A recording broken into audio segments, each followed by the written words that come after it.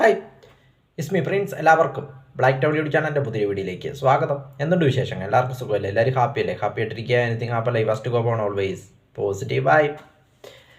അങ്ങനെ മാർച്ച് 20 അർദ്ധരാത്രിയിൽ social media ഇളക്കി മറിച്ചുകൊണ്ട് ഒരു ട്രെയിലർ അണിയർ പ്രവർത്തകർ പുറത്തു വിട്ടു. എമ്പുരാന് മാർച്ച് 20 ഉച്ചയ്ക്ക് വരുമെന്നൊക്കെ ആയിരുന്നു ആദ്യം റൂമേഴ്സ്. എല്ലാവരും അങ്ങനെയാണ് പ്രതീക്ഷിച്ചിരുന്നത്. പക്ഷേ ഉറങ്ങി എഴുന്നേറ്റപ്പോഴാണ് പെട്ടെന്ന് ഈ ഒരു ട്രെയിലർ ഇങ്ങനെ ഉണ്ട്. അപ്പം ഞാൻ ആദ്യം ഞാൻ ഓർത്തത് ഫാൻമെയ്ഡ് ട്രെയിലർ ആയിരിക്കുമെന്നാണ്. പിന്നെയാണ് മനസ്സിലായത് ഒറിജിനൽ തന്നെയാണ് എന്ന്.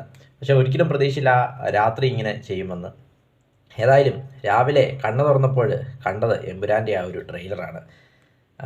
എന്താ പറയുക, ഒറ്റ വാക്കിൽ പറഞ്ഞാൽ രാജുവേട്ടൻ്റെ ഒരു ബ്രില്യൻസ് ആണ് ട്രെയിലറിലുടനീളം നമുക്ക് കാണുവാനായിട്ട് സാധിച്ചത്. ഇതിന് മുകളിൽ ഒരെണ്ണം വെക്കടാന്നുള്ള ഡയലോഗ്സൊക്കെ ഇടയ്ക്കായിട്ട് സോഷ്യൽ മീഡിയയിൽ കാണാം. അതുപോലെ പറയാം, ഇതിന് മുകളിൽ വെക്കാനൊന്നും ഇല്ലാത്ത രീതിയിൽ അത്ര വലിയ രീതിയിലാണ് ഈ ഒരു ട്രെയിലർ കണ്ടപ്പോഴേ എനിക്ക് തോന്നിയത്. അത്ര ഗൂംസ് വോംസ് നൽകുന്ന, അത്രയ്ക്ക് റൊമാൻറ്റിഫിക്കേഷൻ നൽകുന്ന ഒരു ട്രെയിലർ. ഏതായാലും തിയേറ്റർ പൂരപ്പുറമ്പാകുമെന്ന കാര്യത്തിൽ യാതൊരു സംശയവുമില്ല. അത്ര വലിയൊരു എക്സ്പീരിയൻസ്, തിയേറ്റർ എക്സ്പീരിയൻസ് തന്നെയായിരിക്കും എമ്പുരാൻ എന്ന സിനിമ എന്ന കാര്യത്തിൽ യാതൊരു സംശയവുമില്ല.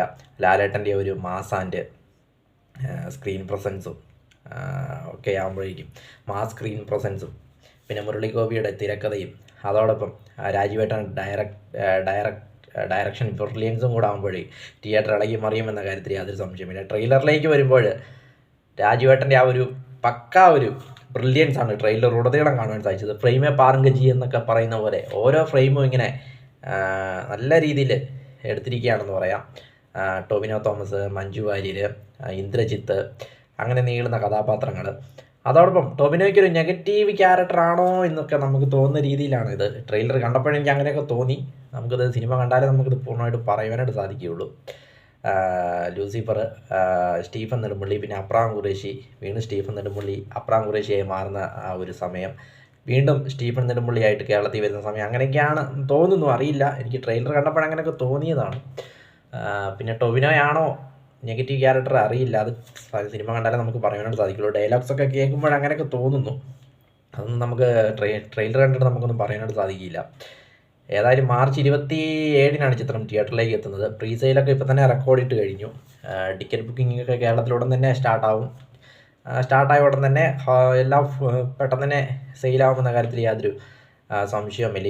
ഇപ്പോൾ വരയ്ക്കും ഞാൻ ഈ വീഡിയോ എടുക്കുന്ന സമയം വരെ ഏകദേശം 4.7 മില്യൺ വ്യൂസും കടന്നാണ് ട്രെയിലർ മുന്നോട്ട് കുതിക്കുന്നത്. ട്രെൻഡിങ്ങിൻ്റെ നമ്പർ 1 പോയിക്കൊണ്ടിരിക്കുകയാണ് ട്രെയിലർ.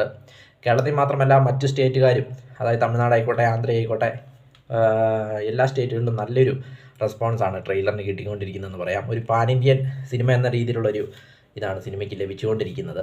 അതോടൊപ്പം അണിയർ പ്രവർത്തകരുടെ പൃഥ്വിരാജിൻ്റെ തമിഴ് ഇൻ്റർവ്യൂസൊക്കെ ഇഷ്ടംപോലെ അദ്ദേഹം കൊടുക്കുന്നുണ്ട്. അതോടൊപ്പം സ്റ്റണ്ട് മാസ്റ്റർ അദ്ദേഹം ഇൻ്റർവ്യൂസൊക്കെ തമിഴിലൊക്കെ കാണുവാനായിട്ട് സാധിച്ചു. ഏതായാലും നല്ലൊരു ഓപ്പണിംഗ് ആയിരിക്കും ചിത്രം എന്ന കാര്യത്തിൽ യാതൊരു സംശയമില്ല. പ്രീ സെയിൽ തന്നെ നല്ലൊരു ഡബിൾ ഡിജിറ്റ് കഴിഞ്ഞു.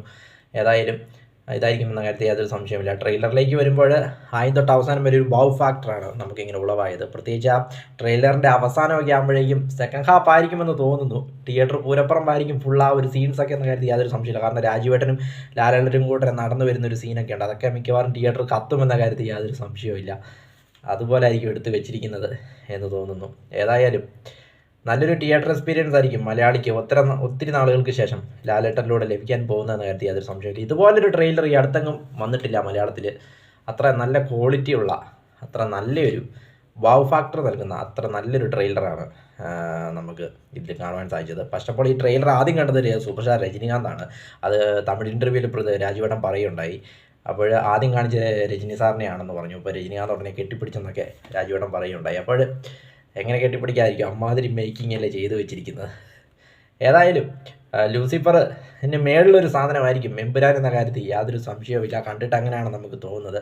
ഏതായാലും മാർച്ച് 27 ചിത്രം തിയേറ്ററിലേക്ക് എത്തുന്ന 6 മണിക്ക് തന്നെ ഷോ സ്റ്റാർട്ട് ചെയ്യും. ആദ്യ പ്രതികരണങ്ങൾ 9 മണിയോടുകൂടി ലഭ്യമാകും.